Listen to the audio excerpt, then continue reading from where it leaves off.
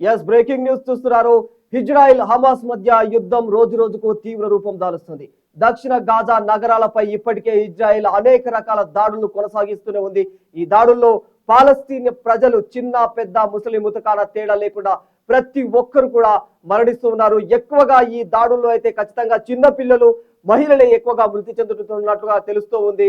అయితే ఇజ్రాయిల్ యొక్క ఈ భీకర దాడులు ఎప్పుడు ఆగుతాయిరా మహాప్రభు అన్న కోణంలో అయితే గాజా ప్రజలు పాలస్తీనియన్లు అయితే ఖచ్చితంగా వాళ్ళు సర్వత్రా ఎదురు చూస్తూ ఉన్నారు. ఈ యుద్ధాన్ని ఆపేదెవరు, ఆపే దేవుడే లేడా అన్న కాన్సెప్ట్ లో చూస్తున్నారు. అయితే ఈ యుద్ధంలో అయితే తీవ్రంగా ఎక్కువగా మహిళలు చిన్నపిల్లలే హతమవుతూ ఉన్నారు. దీన్ని అయితే పూర్తిగా ఐక్యరాజ్య సమితి కావచ్చు, ప్రపంచ దేశాలన్నీ కూడా వ్యతిరేకిస్తున్నాయి. అయితే ఇజ్రాయెల్ హమాస్ మధ్య అయితే యుద్ధం రోజు రోజుకు తీవ్ర రూపం దాలుస్తోంది. తాజాగా దక్షిణ గాజా పట్టణాలపై అయితే ఇజ్రాయెల్ సైన్యం ఘాటుగా దాడులు చేస్తూనే ఉంది. ముఖ్యంగా రఫా మరియు ఆల్ అకావా ప్రాంతాల్లో అయితే ఉగ్రవాదులపై టార్గెట్ గా వైమానిక దాడులకు ఎగబడింది ఇజ్రాయిల్. అయితే ఈ దాడుల్లో ఇప్పటికే 34 మంది పాలస్తీనియన్లు ప్రాణాలు కోల్పోగా అనేక మంది గాయాల పాలయ్యారు. ఇజ్రాయిల్ సైన్యం తెల్లవారుజామున దక్షిణ గాజాలోని రఫా నగరం ఆల్ అకాఫా ప్రాంతంపై అయితే పెద్ద ఎత్తున బాంబుల దాడి చేసింది. దానికి సంబంధించి మీరు వోల్గా స్క్రీన్ పైన చూడొచ్చు. ఆ భయంకరమైన యుద్ధ దాడి ఎలా ఉందో, ఆ పాలస్తీనా ప్రజలపైన, గాజా దక్షిణ గాజా నగరాలపైన ఎంత భయంకరమైన యుద్ధ వాతావరణం నెలకొందో ఒకసారి మీరు వోల్గా స్క్రీన్ పైన చూడొచ్చు.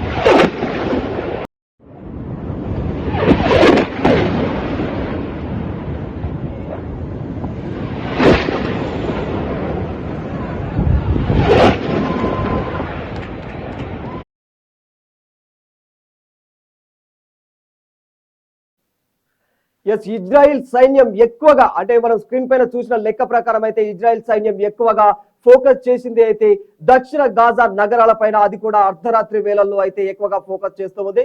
ఈ క్రమంలోనే గాజాకు చెందిన అనేక మంది చిన్న పిల్లలు, మహిళలే ఎక్కువగా మృతి చెందుతూ ఉన్నారు. అయితే అందులో వాళ్ళందరినీ కొంతమందిని అంటే క్షతగాత్రులను కాపాడడానికి అనేక రకాల విశ్వ ప్రయత్నాలు చేస్తున్నారు. రెస్క్యూ టీం కావచ్చు, వైద్య సిబ్బంది కావచ్చు. వెంటనే వైద్య సిబ్బంది ఉంటూ కూడా రెస్క్యూ టీం తో పాటు వెంటనే వాళ్ళని ఫాలో అవుతూ వీళ్ళందరూ కూడా వాళ్ళని గాజా ప్రజలను, పాలస్తీనియన్లను కాపాడే ప్రయత్నంలో ఉన్నారు. అయితే అనేక రకాల సహాయ చర్యలు చేపడుతూనే ఉన్నారు. కనీసం ఆ ప్రాంతాల్లో అత్యంత భయంకరంగా అంటే ఆ కరెంటు స్తంభించిపోయింది. ఎక్కడిదక్కడ నెట్వర్క్, మొబైల్ నెట్వర్క్ కూడా ఎలాంటి కమ్యూనికేషన్ కూడా ఆధారం లేకుండా పూర్తిగా అన్ని నెట్వర్క్లు కూడా ఎక్కడొక్కడ చెల్లా చెదరవుతూ ఉన్నాయి. అయితే వైద్య సిబ్బంది కూడా ఈ రెస్క్యూ టీమ్స్ మృతదేహాలను శిథిలాల నుంచి వెలికి తీసే ప్రయత్నాల్లో ఉన్నారు. ప్రస్తుతానికైతే గాజా ఆరోగ్య మంత్రిత్వ శాఖ ప్రకారం అయితే వెలువడిన ఈ నివేదిక ప్రకారం అయితే అక్టోబర్ 2023 ప్రారంభమైన ఈ యుద్ధంలో అయితే ఇప్పటి వరకు దాదాపుగా 54,677 మంది పాలస్తీనా యువకులు మొత్తం మరణించారు, అంటే పౌరులు మరణించారు. ఇందులో 1,25,530 మంది దాకా గాయాల పాలయ్యారు. వీరిలో ఎంతో మంది చిన్నారులు, మహిళలు ఉన్నారు. గాజా మొత్తం తాండాలలో అయితే హ్యూమనిటేరియన్ విపత్తు ఇవి ఎక్కువగా విస్తరించిపోయింది, అంటే ఈ విపత్తు ఏర్పడింది. ఐక్యరాజ్య సమితి సహా అనేక దేశాలు కూడా ఇజ్రాయెల్ చర్యలపై అయితే ఆందోళన వ్యక్తం చేస్తున్నాయి.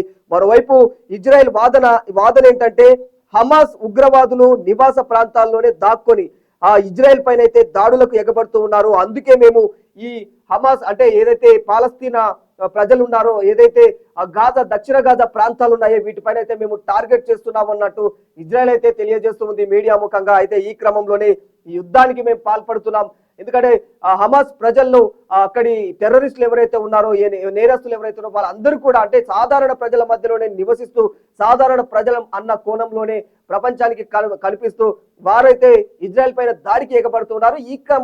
ఈ విషయం మాకు స్పష్టంగా తెలుసు కాబట్టి మేమైతే ఖచ్చితంగా ఈ ప్రాంతాలను టార్గెట్ చేసి మరి పేల్చేస్తున్నామన్న కోణంలో అయితే ఇజ్రాయెల్ తెలియజేస్తూ ఉంది.